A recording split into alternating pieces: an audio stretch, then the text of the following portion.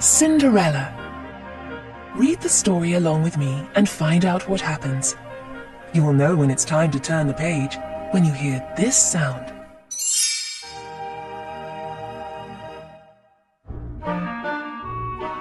Once upon a time, in a faraway land, there was a young girl named Cinderella. When she was a child, her mother died. Her father found a new wife who had 2 daughters the same age as Cinderella. But after Cinderella's father died, the stepmother was very cold and cruel to Cinderella. The kind girl was forced to work as a servant in her own house. Still, Cinderella was always cheerful. Sure that one day her dreams of happiness would come true, she started each day with a song.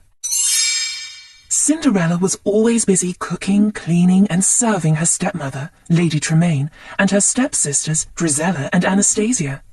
One day, while Cinderella was doing her chores, she heard a knock at the door. "Open in the name of the king!" a man shouted. It was the king's messenger. He handed Cinderella a letter. The stepmother was giving Anastasia and Drizella music lessons. Cinderella knocked at the door. "I warned you never to interrupt," barked Lady Tremaine. Then Cinderella showed her the letter. It was an invitation to a royal ball for the prince.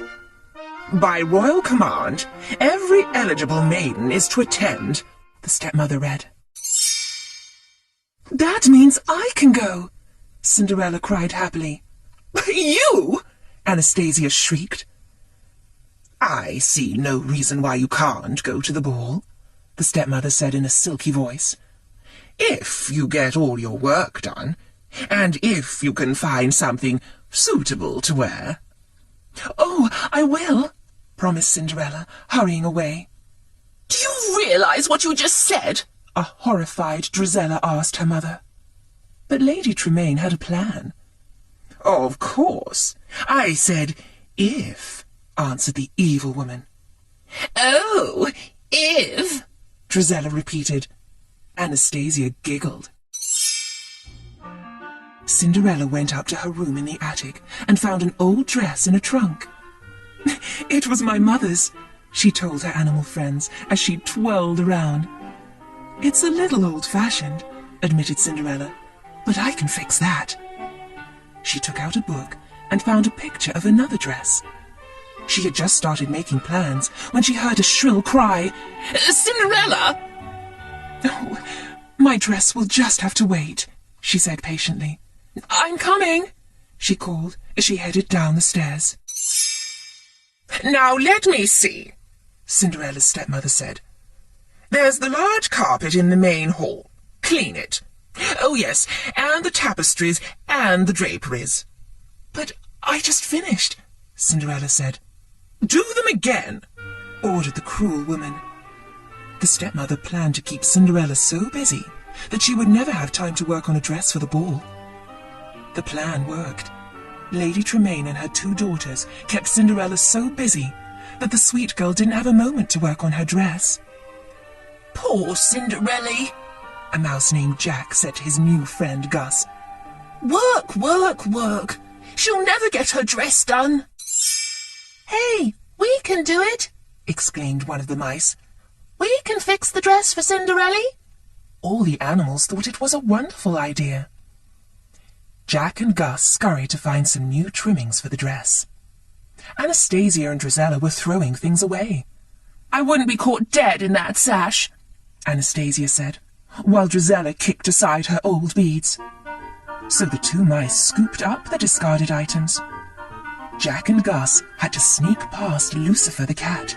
It wasn't easy, but they did it. The other mice were proud of Jack and Gus. All of the animals began to work on Cinderella's dress.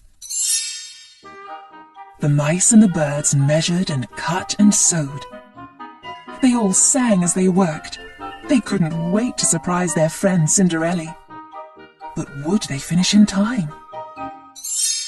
Soon it was 8 o'clock. "The carriage is here," Cinderella told her stepmother. "Why, Cinderella, you're not ready," said her stepmother, sounding surprised. "Aren't you going, child?"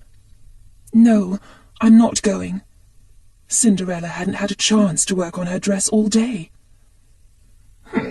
There will be other balls, her stepmother told her smugly, knowing she had kept Cinderella from going to this one. Cinderella told herself the ball would be frightfully dull, but in her heart she knew it would be completely wonderful. Slowly, Cinderella walked up the stairs to her attic room. When she entered her room, she couldn't believe her eyes. "Surprise! Surprise!" shouted the mice and birds. "Happy birthday!" cried a confused Gus. The mice and birds had finished her dress. She could now go to the ball. "Oh, how can I ever... Oh, thank you so much!" the delighted girl cried. Cinderella dressed quickly and raced down the stairs, calling, "Wait, please, wait for me!" Lady Tremaine was shocked. Now she would have to let Cinderella go to the ball. Or would she? "Those beads, they give it just the right touch. Don't you think so, Drizella?" the stepmother observed.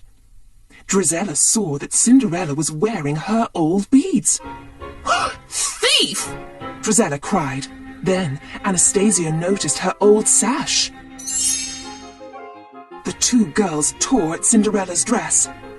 By the time they were finished, the dress was in rags, and Cinderella was in tears. "Good night," the stepmother said, as she left for the ball with her horrible daughters. Cinderella ran outside to the garden. Her animal friends felt terrible, but there was nothing they could do to help their poor Cinderella. It seemed as if her dreams would never come true. "It's just no use. There's nothing left to believe in," Cinderella sobbed. "Nothing?" asked a voice. "Now, you don't mean that. If you'd lost all your faith, I couldn't be here. And here I am." It was Cinderella's fairy godmother, and she was going to help Cinderella go to the ball. With a wave of her wand and a few magic words, a pumpkin became an elegant coach. 4 mice were changed into 4 horses. A horse was turned into a coachman, and Bruno the dog became the footman. The fairy godmother was pleased. "Well, hop in, my dear. We can't waste time." But Cinderella wasn't quite ready. "Don't you think my dress—" she began. The fairy godmother looked at Cinderella. "Oh, goodness! You can't go to the ball in that." She waved her wand one last time, and Cinderella was wearing a beautiful ball gown. Cinderella loved her dress. And look! Glass slippers! Why, it's like a dream, a beautiful dream come true. Then the fairy godmother told her that, like all dreams, this one would end. The spell would be broken at midnight. Cinderella was very happy as she rode to the ball. But at the castle, the king was not so happy. His son, the prince, hadn't fallen in love yet. The Grand Duke told the king that falling in love at the ball would be like a fairy tale, and it would never happen. Just then, Cinderella arrived at the ball. When the prince saw her, he asked her to dance. The king and the Grand Duke were amazed as they watched the couple dance. It looked as if the prince was falling in love with Cinderella. Drizella and Anastasia were very jealous of the new girl. Their mother thought there was something familiar about her, though. Cinderella didn't notice them. She didn't know that the handsome man she was dancing with was the prince. But she did know she was falling in love. The couple went for a walk. They laughed and talked. Time seemed to fly by, and all too soon Cinderella noticed it was almost midnight. "I have to go," she apologized, and she hurried away. The prince didn't even know her name. "Wait!" he called. But Cinderella couldn't wait. As she rushed down the steps of the castle, she lost one of her glass slippers. Still, she didn't stop. The prince told the Grand Duke he would marry the maiden whose foot fit the slipper. She was the girl of his dreams. Meanwhile, Cinderella was sitting by the side of the road. Everything had been changed back, but Cinderella still had a glass slipper and memories of a magical night. It wasn't long before everyone knew the prince was looking for his mystery maiden. The Grand Duke was going from house to house to find her. The news made Cinderella happy. Too happy for the stepmother's liking. So the stepmother locked Cinderella in her attic room. "You can't keep me in here, please," sobbed Cinderella. The stepmother put the key in her pocket. Jack and Gus wanted to help. They took the key from the stepmother. The two brave mice worked hard to bring the key up to Cinderella. But would they reach her in time? By now, the Grand Duke and a footman had arrived at Cinderella's house. Drizella tried on the slipper. When it didn't fit, she blamed the poor footman. Get away from me! She shouted. The slipper didn't fit Anastasia either. Are there any other ladies of the house? The Grand Duke asked. There is no one else, replied Lady Tremaine. Just then, they heard Cinderella calling, "Your Grace! Your Grace!" The mice had freed Cinderella. The jealous stepmother didn't want to let Cinderella try on the slipper, so she tripped up the footman, and the slipper broke. Luckily, Cinderella had her other slipper in her pocket. The Grand Duke was delighted. And so was the prince.